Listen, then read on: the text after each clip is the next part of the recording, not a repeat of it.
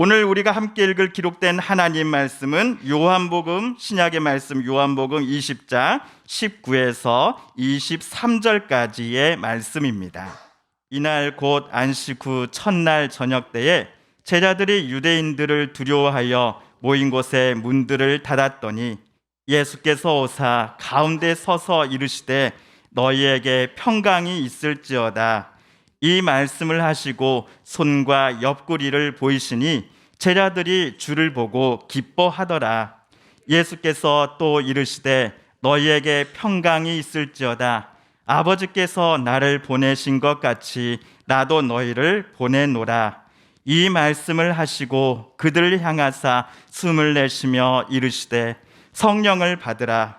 너희가 누구의 죄든지 사하면 사하여질 것이요 누구의 죄든지 그대로 두면 그대로 있으리라 하시니라. 아멘. 예수님께서 십자가에 달려 돌아가신 지 제3일째 되는 날 저녁이었습니다. 예수님께서 금요일 오후에 돌아가셨으니 제3일째 되는 날의 요일은 일요일이 될 것입니다. 또한 이스라엘의 3대 명절 중 하나인 유월절 바로 다음 날부터 7일 동안 지켜지는 무교절의 제2번째 날이기도 합니다. 자, 그날 저녁 예수님의 제자들은 예루살렘의 모처에 함께 모여 있었습니다. 그 당시 예루살렘 시내 곳곳은 유월절과 무교절을 지키려는 전국 각지의 순례자들 때문에 거리가 발 디딜 틈이 없었습니다. 골목마다 사람들로 시끌벅적했기에 오랜만에 예루살렘 도시는 활기를 띠었을 것입니다. 그렇다면 길거리의 순례객들처럼 한 곳에 함께 모여 있었던 예수님의 제자들도 자기네들끼리 명절 분위기를 한껏 만끽하는 중이었을까요? 예수님의 12제자 중 한 명인 요한은 이때를 회상하면서 다음처럼 썼습니다. 제자들이 유대인들을 두려워하여 모인 곳에 문들을 닫았더니 3일 전까지 시몬 베드로를 비롯해 12제자 중 대다수는 예수님을 예루살렘의 새로운 이스라엘 정부를 세우실 정치적 메시아로 여겼습니다. 예수께서 가시는 곳마다 아픈 이를 고쳐주시고 귀신 들린 자에게서 귀신을 쫓아내주시는 모습을 바라보면서 자기들의 기대가 절대로 틀리지 않았다라고 혼자서 좋아라 했을 것입니다. 게다가 이분이 이스라엘의 수도 예루살렘에 올라간다라고 말씀하시는 게 아닙니까? 그것도 1년 중 예루살렘 인구수가 4배, 5배로 뛰는 6월절 그 명절 때에 올라가신다라고 합니다. 아, 이분도 우리처럼 자기가 메시아가 되려고 하는 그 꿈이 있으신 게 틀림없구나. 예수께서 예루살렘으로 올라가시는 날이 가까워지면 가까워질수록 제자들은 더 많이 다퉜습니다. 누가 첫째인가? 누가 우리 중 제일 큰 사람인가라며 제자 중 자기들의 서열을 남들 앞에서 자주 확인받고자 하였습니다. 그들은 예수께서 로마 총독부 몰아내고 새로운 정부를 세우실 때 높은 관직 하나씩은 차지하고 싶었습니다. 그러니 나 말고 다른 제자는 동료가 아니라 내가 차지하고 싶은 자리를 놓고서 경쟁해야 하는 라이벌로 보였을 것입니다. 그런데 예수께서 3일 전 유대인들의 종교 지도자들에게 붙잡히셨습니다. 빌라도에게 정치범 선고를 받은 후 결국 십자가에 달려 돌아가셨습니다. 그렇다면 자기 스승에게 일어난 이 비극적이고 충격적인 십자가 처형이 예수를 그동안 정치적 메시아라고 믿고서 3년간 함께 따라다녔던 본인들에게도 얼마든지 찾아올 수도 있다라고 제자들은 당연히 생각했을 것입니다. 예수님은 감난산 겟세마네 동산이라고 하는 공개된 장소에서 한밤중 붙잡히셨습니다. 그래서 제자들은 비밀 장소에 숨어 들어가서는 현관문을 꼭 잠궜습니다. 누구도 밖으로 나갈 수도, 또한 아무도 집 안으로 들어오지 못하게 하기 위해서였습니다. 예수님을 붙잡았던 세력들이 제자들을 붙잡고자 사람을 언제 보낼지 모르는데, 이들이 흩어지지 않고 한 곳에 모여 숨어 있다면 쉽게 체포되지는 않을 것 같았기 때문이었습니다. 하지만 제자들의 마음에 두려움이 가득했던 것은 오로지 유대인들에 대한 경계심 때문만은 아니었습니다. 예수께서 공경에 빠지셨을 때 스승을 돕기는커녕 그들은 그 순간 너무 무서워서 도망쳤기 때문이었습니다. 예수님과 함께 있어야 할 때, 예수님께서 자신들의 도우심이 가장 필요로 할 때, 그들은 예수님을 로마 군사들 앞에 홀로 내버려 두고는 그 자리를 도망쳤기 때문이었습니다. 그들은 돌아가신 예수님께 미안하고 죄송했겠지요. 십자가에서 고통스럽게 주님이 돌아가실 때에도 다른 사람들의 이목이 두려워서 제자들은 갈보리 산으로부터 멀리 떨어진 곳에서 이 광경을 지켜볼 수밖에 없었습니다. 스승이 돌아가시기 전 반드시 그분 앞에 찾아가 용서를 구했어야 했는데, 이제는 예수님의 시신이 무덤에 장사되는 것까지 보았으니 제자들로서는 후회와 죄책감의 짐을 깨끗이 내려놓을 기회가 다시는 찾아오지 않을 듯 보였습니다. 그런데 그날 저녁 이들 제자들을 깜짝 놀라게 만든 사람이 나타납니다. 그가 바로 예수님이셨습니다. 죽으셨으나 죽은 권세 이기고 3일 만에 다시 살아나신 부활 예수님이셨습니다. 어느 누구도 집 밖으로, 집 안으로 들어오지도, 밖으로 나가지도 못하도록 문과 창문을 모두 꽁꽁 잠궜을 터인데, 부활하신 예수님은 놀랍게도 제자들이 숨어있는 집 한가운데 서 계셨습니다. 도대체 어떻게 예수님은 이 집에 들어오셨을까요? 또한 예수님은 언제부터 이 집 거실에 서 계셨을까요? 이 질문에 누군가는 당연히 예수님은 하나님의 아드님이시니 시공간에 제한 없이 자유자재로 이동하실 수 있는 분 아니겠어? 라고 대답하실 겁니다. 이 대답이 저는 틀린 대답은 아닌 것 같습니다. 어처구니 없고 비과학적인 대답이라고 무시해서도 안 될 답변이라고 저는 생각합니다. 이번에도 임 목사가 그런 대답은 틀렸습니다 라고 말할 줄 알았는데 오늘은 아니네, 임 목사 도대체 무슨 일이 있습니까? 라고 생각하실 분도 계실 겁니다. 예, 맞습니다. 보통 제가 이런 이야기하면 부정적으로 이야기할 때가 많습니다. 그런데 제가 다른 때와는 달리 오늘은 긍정적으로 생각한 이유는 간단합니다.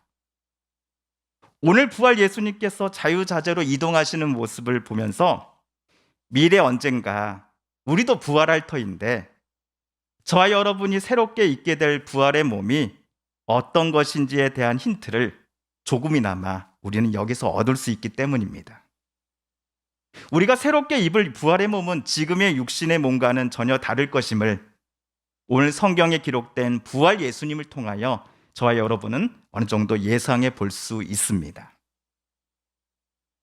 자, 다시 우리 성경 본문에 집중해 보겠습니다. 갑작스럽고도 충격적으로 제자들 한가운데 나타나신 부활 예수님께서 꺼내신 첫 번째 말씀은 너희에게 평강이 있을지어다 였습니다.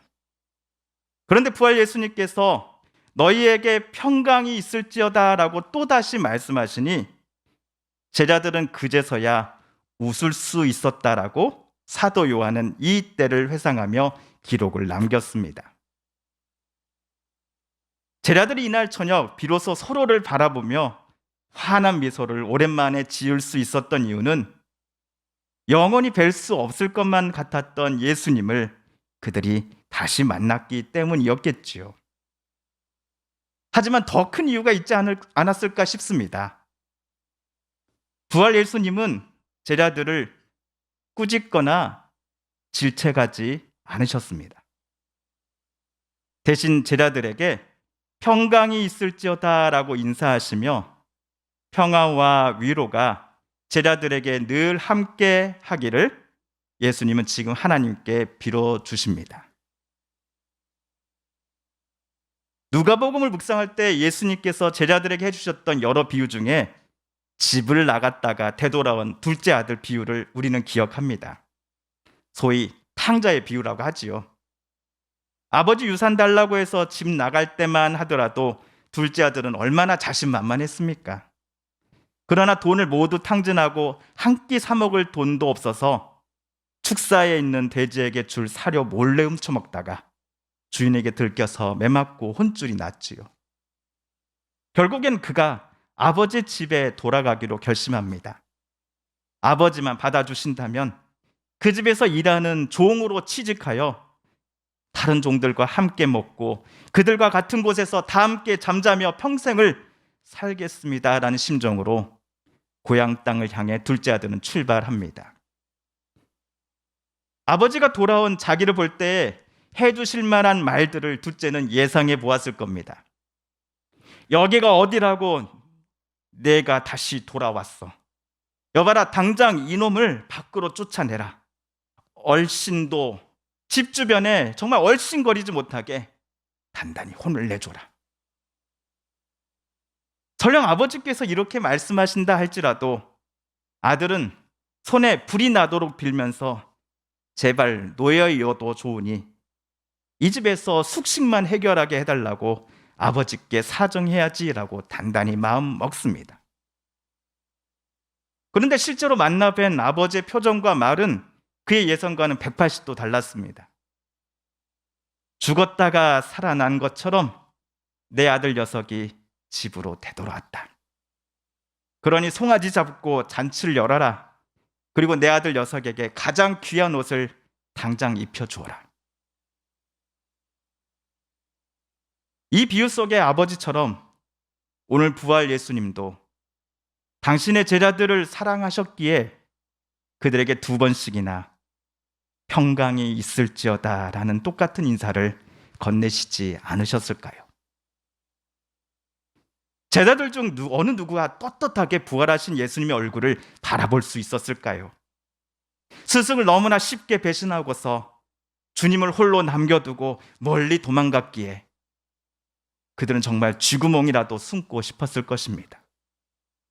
부활 예수님께 심하게 혼이 나고 종아리에 정말 불이 나도록 회초리를 맞는다 할지라도 스스로 신뢰를 저버린 행동을 했던 지난날의 과거가 절대로 사라지는 것은 아니기 때문입니다. 우리만 하더라도 나와의 신뢰를 깨트린 사람과는 더 이상 만나고 싶지 않은 게 사실입니다. 의리를 저버린 행동을 한 자와는 2번 다시 이야기를 나누고 싶은 마음이 솔직히 생겨나지 않습니다. 절대로 용서해 주지 않을 테니 평생을 죄책감으로 그가 괴로워하며 고통스럽게 살기를 바랬으면 하는 마음을 먹은 적도 우리는 있었습니다. 그런데 오늘 부활 예수님은 배신자요 의리를 저버린 제자들을 용서하러 오십니다. 아니, 단순히 용서하신만이 아니라 제자들의 모습을 있는 그대로 부활 예수님은 품어 주셨습니다. 저들의 잘남과 연약함, 모든 것들을 예수님은 마음을 열어 받아주십니다. 뿐만 아니라 그들 속에 남겨진 죄책감과 미안함, 그리고 자기 자신을 향한 분노와 저주 섞인 후회와 질책과 같은 이 모든 감정들이 더 이상 그들을 흔들지 못하도록 부활 예수님께서는 그들을 꺼내시어 그들에게 샬롬, 즉 평화를 빌어주십니다. 더 나아가 주님은 그들에게 새로운 임무를 주셨습니다. 하나님 아버지께서 예수님을 이 땅에 보내신 것처럼 이제는 예수님께서 제자들을 파송하실 것입니다. 예수님께서 제자들을 신뢰하고 계심을 우리가 느낄 수 있는 대목입니다. 이때 예수님은 새 인물을 위한 장소로 제자들을 무작정 내보내시지 않을 예정입니다. 그들 향하여 숨을 내쉬며 성령을 받으라라고 주님 말씀하십니다.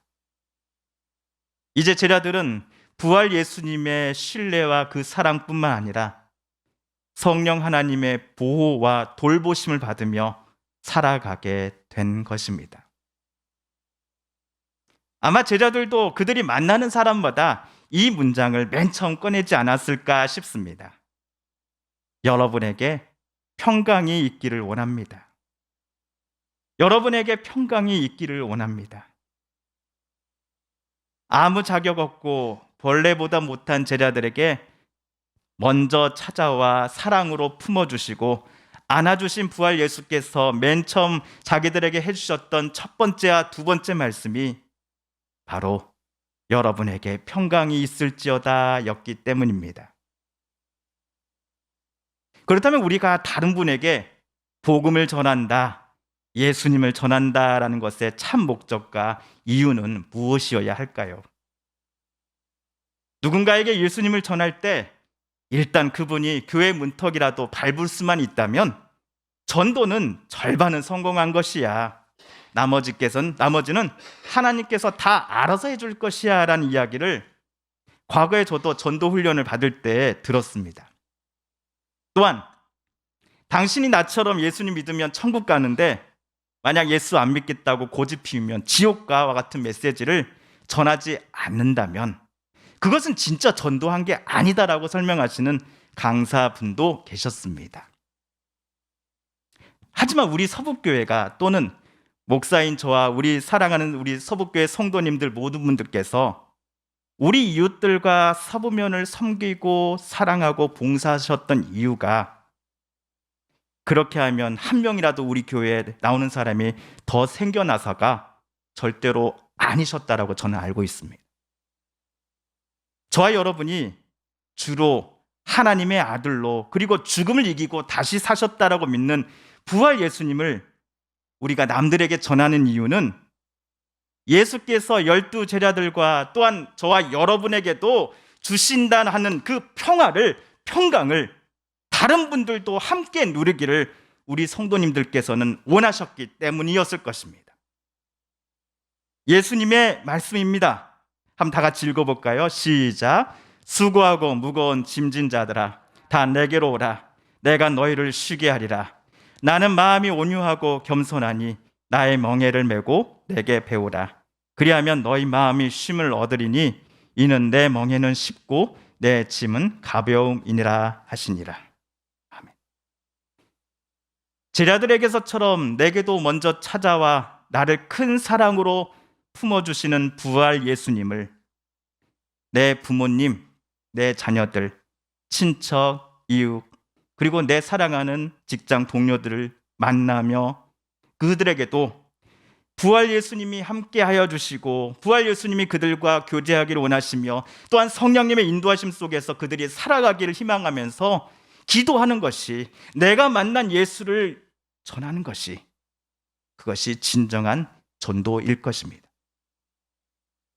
오늘 부활 예수님께서 제자들을 찾아오셔서 그들에게 새롭게 주신 사명은 기독교라는 새로운 종교의 무거운 짐을 누군가에게 얹혀줌이 아닙니다. 부활 예수님은 평화와 위로 그리고 사랑을 만나는 이들마다 누리며 살아갈 수 있도록 제자들을 그들에게 보내셨기 때문입니다. 이것이 부활 예수님의 증인으로 살아가는 삶이 아닐까요? 이제는 저와 여러분이 부활 예수님의 증인으로 날마다 살아가기를 주님께서는 원하고 계십니다. 함께 기도하겠습니다. TV CF, 라디오 CM, 선거 홍보 영상, 기업 홍보 및 기록 영화를 전문으로 기획, 촬영하여 제작하는 산여울 기획은 1등 제품을 2등 가격으로 공급합니다. 산여울 기획.